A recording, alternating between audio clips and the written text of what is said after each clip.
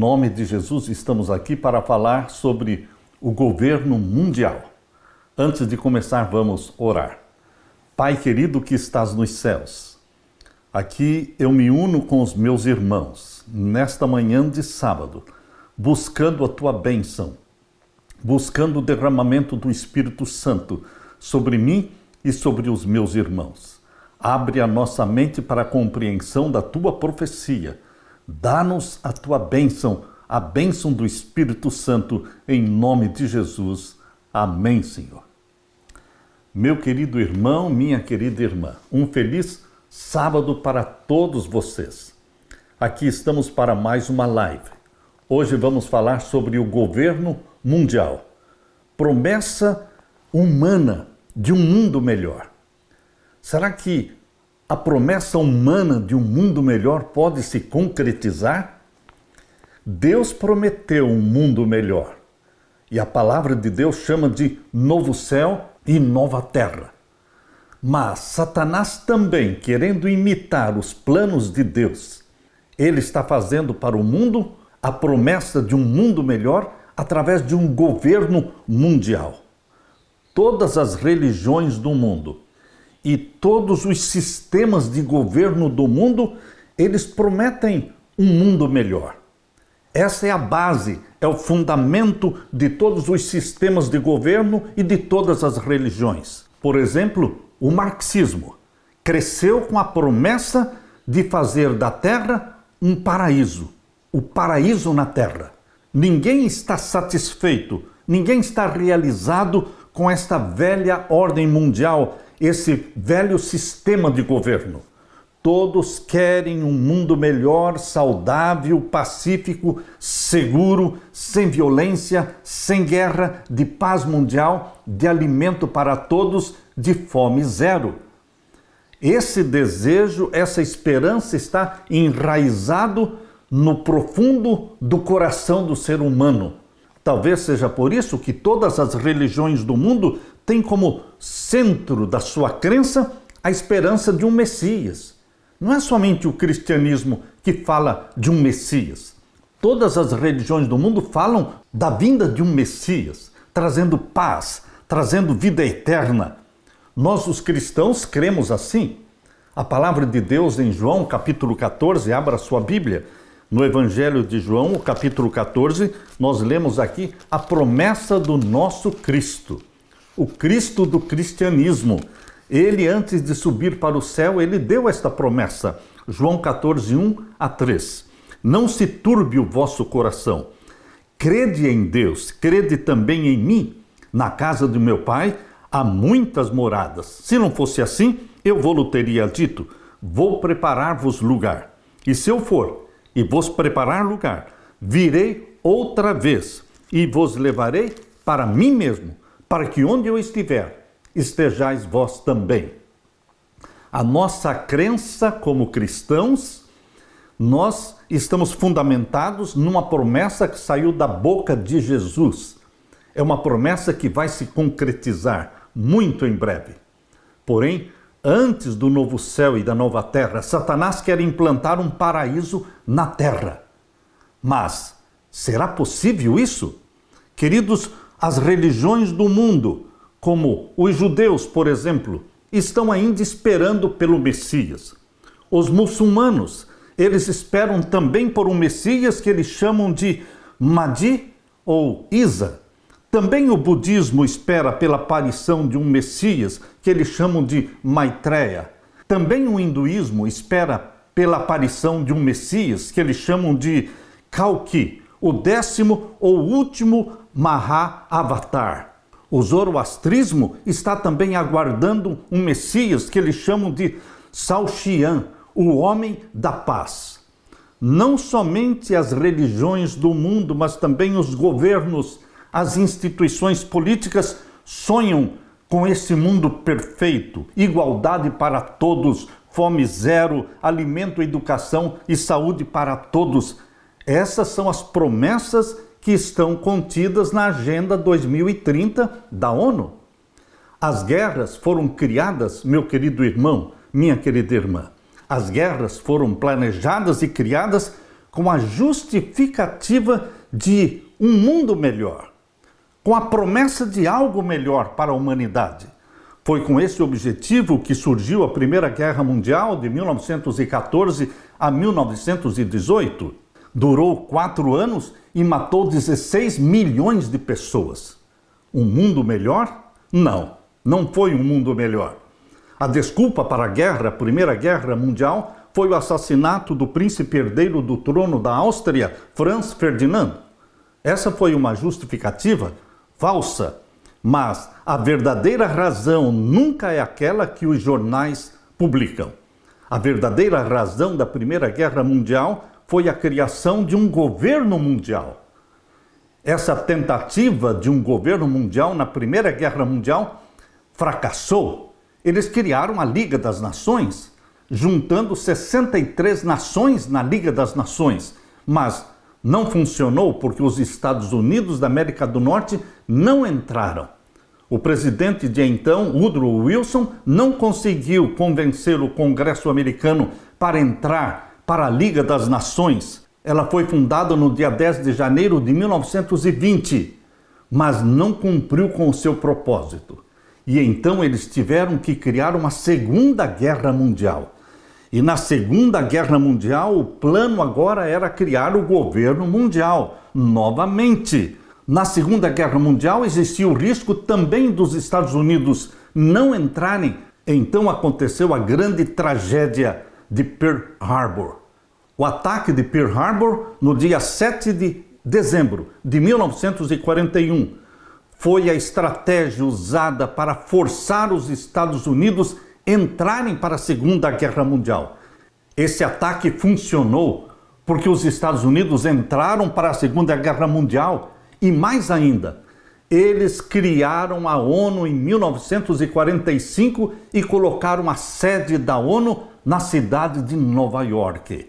Colocando a sede da ONU em Nova York, eles estavam mostrando que os Estados Unidos assumiria a responsabilidade de implantar no mundo o governo mundial, restaurando o domínio mundial do papado. Porque a ONU foi criada exatamente para implantar o governo mundial do papado. A ONU está a serviço do Vaticano. Um fator muito forte na formação tanto da Liga das Nações em 1920 como na formação da ONU em 1945, um fator muito forte e influente foi a presença de Alice Bailey. Alice Bailey, uma médium espírita, uma professora, escritora. Ela viveu entre o ano de 1880 a 1949. Alice Bailey, ela se comunicava com os mortos, mas, segundo a Bíblia, nós sabemos que ninguém se comunica com os mortos. Eclesiastes capítulo 9, versos 5 e 6, diz que os mortos nada sabem, nada falam, nada aconselham. Então este espírito guia que aparecia para Alice Bailey não era outro senão um demônio. E este demônio guia de Alice Bailey disse que a formação da ONU seria com o propósito de implantar o governo mundial e unir todas as religiões, todos os governos.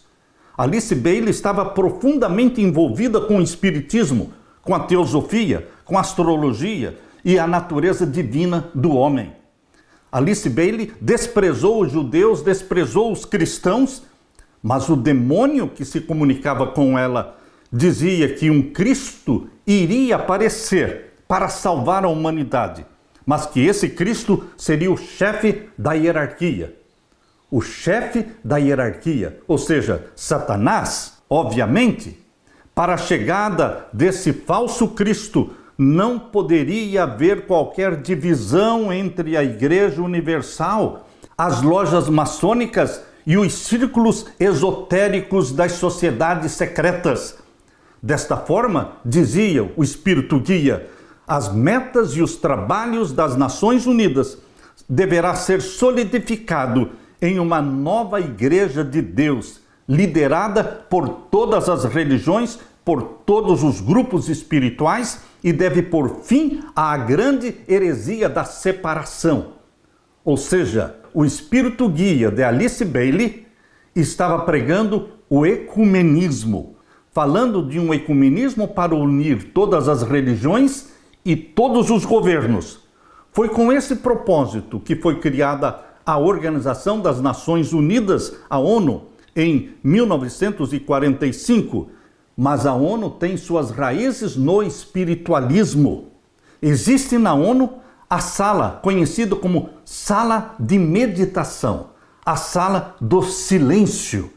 No centro da sala do silêncio foi colocado um bloco retangular de 6,5 toneladas de ferro polido na parte superior e iluminado por cima por um único holofote. Isto representa a reunião da luz, do céu e da terra. É o altar ao Deus de todos. Queridos, a ONU é uma instituição espiritualista a serviço do Vaticano. Essa sala é em forma de trapézio para aumentar as manifestações demoníacas. A ONU não é somente um governo mundial, mas um governo mundial espiritual, sob a liderança do Papa de Roma. Com o sucesso da ONU, criada em 1945, criaram também o Estado de Israel em 1948, passo inicial para colocar em Jerusalém o trono do anticristo. É assim que a profecia fala em Daniel capítulo 11 e o verso 45, que o rei do norte, o papado, aqui diz: e armará as tendas do seu palácio entre o mar grande e o monte santo e glorioso, mas virá o seu fim e não haverá quem o socorra. Queridos, conforme a profecia, o papado realmente colocará as tendas do seu palácio, colocará o seu trono em Jerusalém. John Kerry, secretário do Estado americano em 2013, em visita a Jerusalém, sugeriu o plano de colocar Jerusalém sob a administração do Vaticano. A Bíblia diz que Jesus Cristo terá o seu trono na Nova Jerusalém. E essa cidade descerá do céu, exatamente como Apocalipse capítulo 21 nos descreve. E a Nova Jerusalém descerá em cima do mesmo lugar onde está a velha Jerusalém. É ali que o Monte das Oliveiras vai se dividir em dois, vai se tornar ali uma grande planície, como afirma o profeta Zacarias no capítulo 14 e os versos 3 em diante. Queridos, assim como o trono de Jesus Cristo será colocado na Nova Jerusalém, ali no mesmo lugar onde está a velha Jerusalém, Satanás também quer colocar o seu trono, o trono do anticristo, em Jerusalém, cumprindo a profecia de Daniel 11, 45. O capítulo 13 de Apocalipse, querido irmão, querida irmã, apresenta o cenário mundial no tempo do fim. Um cenário político-religioso que envolve duas grandes potências. Apocalipse 13, versos 1 até o verso 8, mostra a besta que subiu do mar, o maior poder religioso do mundo. Mas, segundo a própria profecia de Apocalipse 13, o verso 3, este que é o maior poder religioso do mundo, sofreria uma ferida mortal. E esta ferida mortal aconteceu no dia 10 de fevereiro de 1798, conforme diz aqui em Apocalipse 13, verso 3. E vi uma das suas cabeças como ferida de morte, mas a sua chaga mortal foi curada. Queridos, a partir do Tratado de Latrão de 1929, a ferida mortal começou a ser curada e está sendo curada. O Tratado de Latrão colocou o Vaticano como sendo um Estado, elevou o Vaticano como sendo um Estado e elevou o Papa numa posição de rei de Roma. Assim como Apocalipse 13, 1 a 8 mostra o maior poder religioso do mundo, também Apocalipse 13, versos 11 até o verso 18, mostra a maior potência militar do mundo, os Estados Unidos da América do Norte, representados aqui em Apocalipse 13, 11, pela besta que subiu da terra. que parecia um cordeiro, mas que falava como dragão. Em 1798, quando a besta que subiu do mar estava sendo ferida de morte, neste mesmo ano de 1798, a França reconheceu os Estados Unidos como nação. Então, os Estados Unidos foram reconhecidos como nação em 1798 e cresceu como a maior nação do mundo hoje, o maior poder militar do mundo. Nenhum país do mundo recebe tanto dinheiro sem nenhuma cobrança, sem nenhuma exigência, como os Estados Unidos da América do Norte. Queridos, o Federal Reserve Bank, o Banco Central Americano, despeja milhões, bilhões e trilhões de dólares para o sustento do governo americano. Hoje a dívida do governo americano ultrapassa 34 trilhões de dólares. Uma dívida impagável que o próprio credor, o Federal Reserve Bank, não está preocupado em receber todo este dinheiro. Eles querem somente controlar o governo. Eles querem dominar os Estados Unidos da América do Norte, para que, dominando este país, consigam também dominar o mundo inteiro. Conforme a profecia de Apocalipse 13, verso 12, os Estados Unidos têm a responsabilidade de exaltar diante do mundo o papado e colocar o mundo todo sob o domínio e a tutela do poder papal. Leia comigo Apocalipse 13, verso 12. E exerce todo o poder da primeira besta, os Estados Unidos da América do Norte. Exerce todo o poder da primeira besta na sua presença, e faz que a terra e os que nela habitam adorem a primeira besta. Os Estados Unidos fará com que o mundo todo adore a primeira besta, ou seja, o poder papal. Se submeta, obedeça. Por isso, meu querido irmão, minha querida irmã, podemos esperar que a Sunday Law, a lei dominical, o decreto dominical, será aprovado a partir dos Estados Unidos, espalhando-se para o mundo todo. O decreto dominical será a evidência de que a ferida mortal de 1798, que começou a ser curada em 1929, finalmente estará cicatrizada, curada totalmente com a aprovação da lei dominical. Nós não sabemos o dia nem o ano em que esta lei dominical será aprovada. Mas, queridos, o projeto 2025, o projeto republicano 2025, tem como objetivo unir igreja e Estado, colocando Deus no governo americano. E tudo indica que a lei dominical virá através deste projeto. É interessante observar que em 1940, o Fundo Carnegie para a Paz Internacional publicou um livro sobre a nova ordem mundial.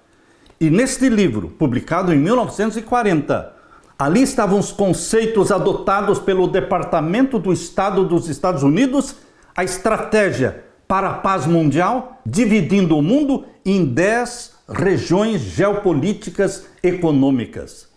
Um cartógrafo lá da Pensilvânia, chamado Maurice Gomberg, desenhou para o Departamento do Estado americano um mapa pós-guerra. Um mapa onde dividia o mundo em 10 regiões, e esse mapa foi publicado no dia 25 de fevereiro de 1942.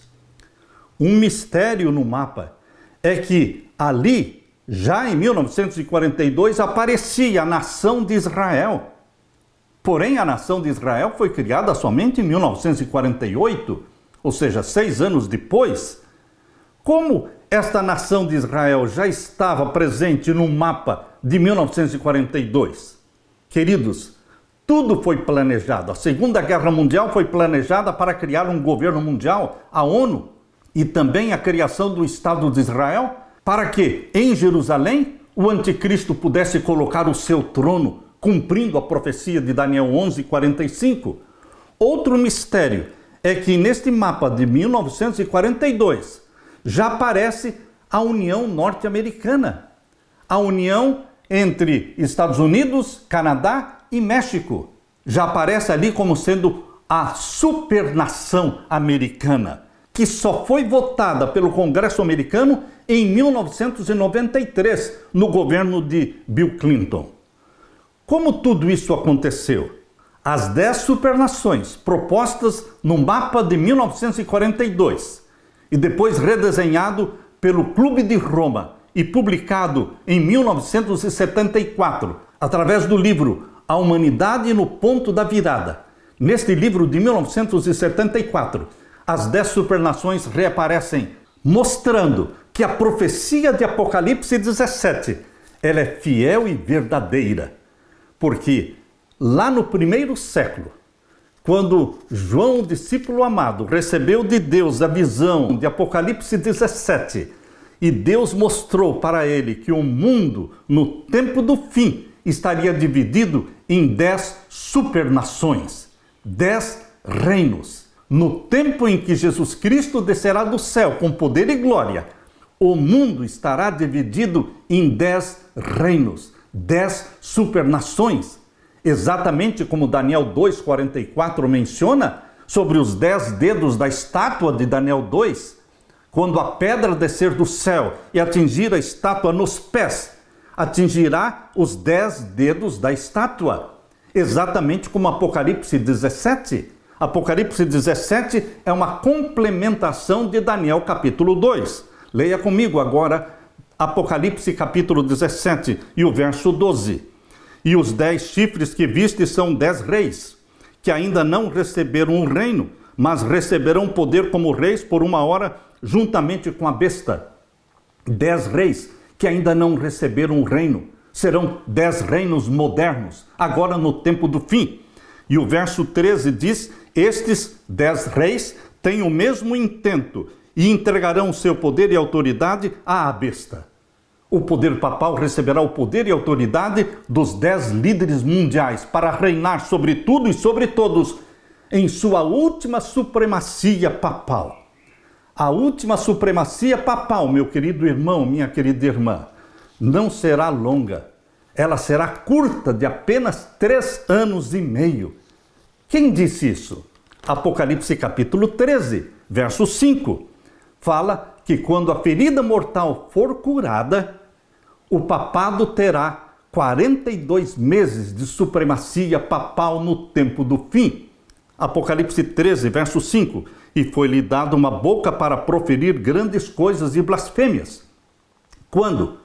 Quando se cumprir a cura da ferida mortal mencionada no verso 3 e no verso 4.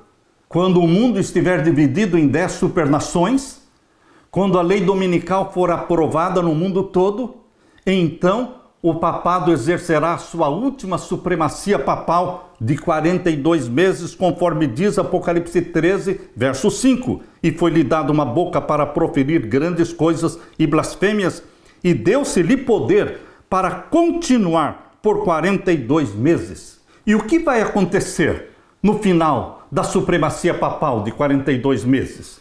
O papado será derrubado.